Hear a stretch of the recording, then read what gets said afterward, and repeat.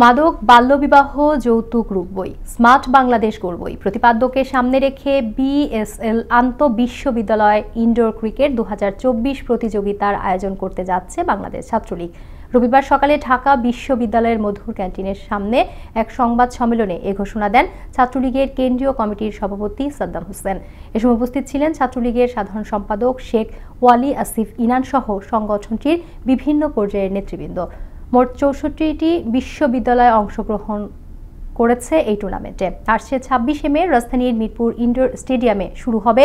টুর্নামেন্টটি চলবে 3 জুন পর্যন্ত। আমরা চাই যে পৃথিবীর দেশে দেশে সাংস্কৃতিক বিনিময় হোক, আমরা চাই পৃথিবীর দেশে দেশে বিভিন্ন ধরনের ক্রীড়া অনুষ্ঠান হোক, আমরা চাই যুদ্ধ নয়, আমরা শান্তি চাই। এবং যে ওয়ার ইকোনমির মাধ্যমে ক্রমান্বয়ে যুদ্ধের বিস্তার ঘটছে, সেটির জায়গায় মাননীয় প্রধানমন্ত্রী বঙ্গবন্ধু দেশরত্ন শেখ হাসিনা যে নলেজ বেসড ইকোনমির কথা বলেছেন, সেটি নিশ্চিত করার জন্য বাংলাদেশ ছাত্রলীগ বৈশ্বিক ছাত্র আন্দোলনের সঙ্গে সংহতি প্রকাশ করছে।